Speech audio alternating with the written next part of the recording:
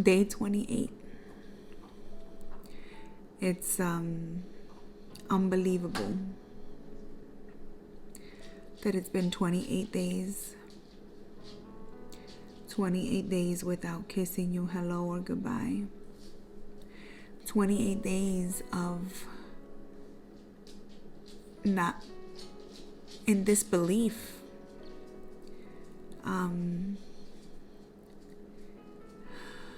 Today I was at work and it was a regular day at work, nothing extravagant, nothing crazy. I did have a meeting today after work. It was like a grievance meeting. I didn't know what to expect, and as I walked into the room, I had my reservations of like, okay, who's gonna be here? I wonder what it's gonna be like, and it was exactly like I pictured it. I was the youngest person in the room, and it was a room full of sad, grieving people, and it made me really sad. Like, being there made me feel really, really, really sad, just because I was sharing in everyone's grief as well. But they gave us a book, and this is funny because the first thing I opened, it says just like this. It says, you wake up and the grief is still there. That's every single day for the past 28 days.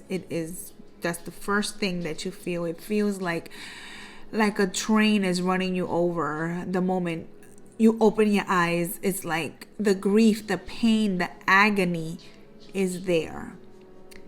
30 minutes later, you're still standing in the bathroom sink with the toothbrush in your hand or in your mouth, and you realize, what the heck have I done in the last 30 minutes? You have no idea. The time just flies, and your brain is just thinking on all sorts of crazy stuff, like just all over the place. You can't remember your coworkers' names. Are like, I really can't remember what's the name of such and such, and what was that again? And it's horrible because I shouldn't be forgetting. But again, that's part of this whole new norm for me, I guess. The grievance. I can't even say it without like clenching. Tears come down your face without warning, constantly. And you know what's funny? That you can tell the discomfort people are in when you start crying, or when you start, expressing some type of emotion that they don't want you to express. So that's one thing that I'm like, listen. And I forewarn people often. I tell them, yes, I'm probably gonna cry. The knife in your heart twists and turns. Other people just don't get it. They go about their days as if nothing has changed. How long is it going to be like this? I don't know if I can make it through today, let alone the future. And you worry. I'm not even thinking about the future right now. In the beginning of this, the first few days, that's all I thought about. I said, oh my God, how long am I going to feel like this? My heart, my brain, my stomach, everything was just like turning it was a nervous wreck. Like, I was constantly anxious. It felt like I was anxious for, like, when you're waiting for somebody, it was like an anxiety, like, oh God, when is he going to come? When is he going to get here? What's going on? We got to go. We got to do something. Well, that's the type of anxiety that I felt in the beginning. Certain things you don't want to tell people because it makes them uncomfortable. Or you just want to put up a front like everything is okay. So when they ask you, how's everything going? Which is a question that is an automatic question that we ask as humans, as people. That's the first thing you say. Hey, how's it going? Like, or hi, how you doing? And the moment somebody tells me that, it's like I can see a sudden look on their face, like, I just stuck my foot in my mouth. Like, I know. Some of them actually say, I'm sorry I asked that. I don't know why I asked that. But, it's going to be like this for a long, long time.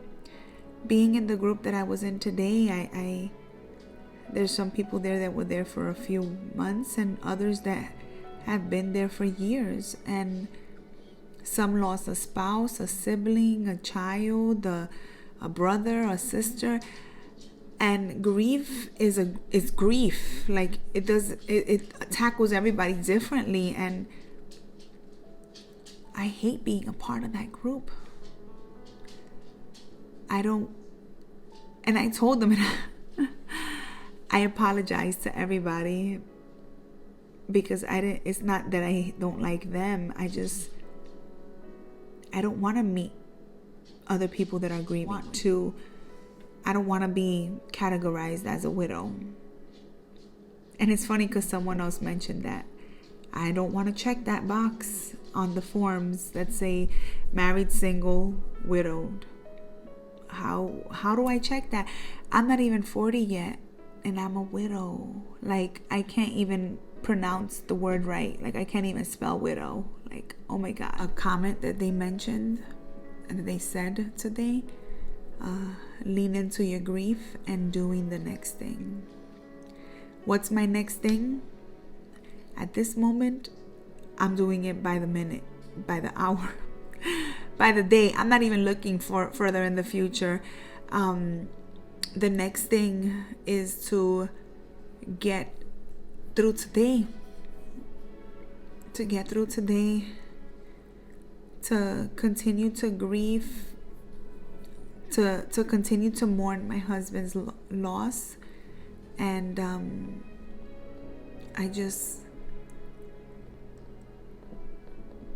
it's so hard to imagine that this is my life now. I talk to people and in the middle of a conversation, it's like they could tell when the facade starts to slip down and they start seeing my pain.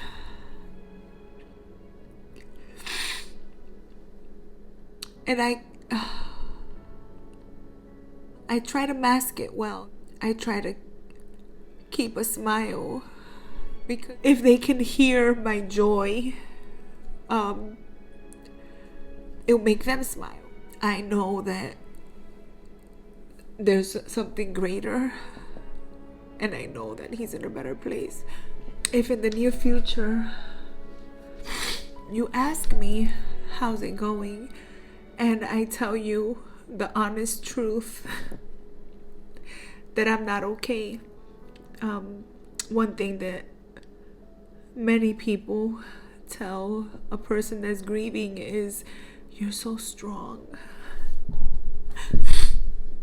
You're so strong. Like, I heard you're gonna make it, like it's a competition that I'm gonna win. I heard, don't worry.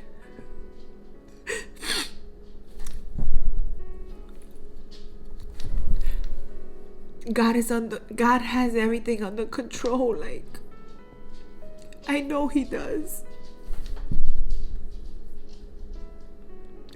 And I wouldn't make it up to here where I am today if it wasn't for Him. That everyone around you goes back to normal. I don't know what my new normal is gonna be. I just don't know. Honestly, like, death is inevitable and we have to all be prepared and ready. And when it's our time to go, we have to be ready to go. And if it's your time to go, are you ready? Are you ready to meet your loved one in heaven? Are you ready to be with them in paradise? You have to make sure that you set your life straight with God. Ask God for forgiveness. Ask God to bring clarity to your mind and your heart, and surrender your life to Him, because this world is but a fraction of what eternity is going to entail. And if we don't live our life right, then we won't be in heaven. We won't get to the prize. And just keep your mind focused. And one phrase that I used many times in the past, and I'm sticking to it today as well, is to feed your faith and starve your fear. So whatever fear the enemy tries to bring to your mind, fear that you're going to be on your own, that you're going to be alone, fear that you're going to die without being able to take care of your children, or fear that you're going to leave your children to be orphans, or fear that you're going to lose the house or your job, or fear that you're going to get sick. Any fear the enemy tries to bring into your mind, you reject it in the name of Jesus. For by His stripes you are healed. Jehovah Jireh, He is the Lord who provides. Jehovah Rapha, the Lord who heals us. So just cling on to your faith. Cling on to God. So you feed that faith and you starve that fear. And in the name of Jesus, I speak life and I speak faith over each and every person that hears this word. Because this battle is not ours, it is the Lord's, okay? And although our hearts are broken, we have to stand firm on His word. I just wanted to share a little bit of my experience today. If you like my videos and if you're following along with my crazy daily journey, make sure you like and subscribe and share and comment and pray. Help me and my family pray for our well-being and for my sanity, that God may give me wisdom to do what I need to do in this season. And pray for everybody else that hears this word, that needs this word. Let's just come together in agreement and pray that the Lord may get this word to the right ears and that it will fall on good ground. Thank you guys so much. Have a blessed and wonderful evening. And remember, we may flip out on you if you ask how you're doing, or we may smile and just say fine, but that doesn't mean that we're fine. Good night.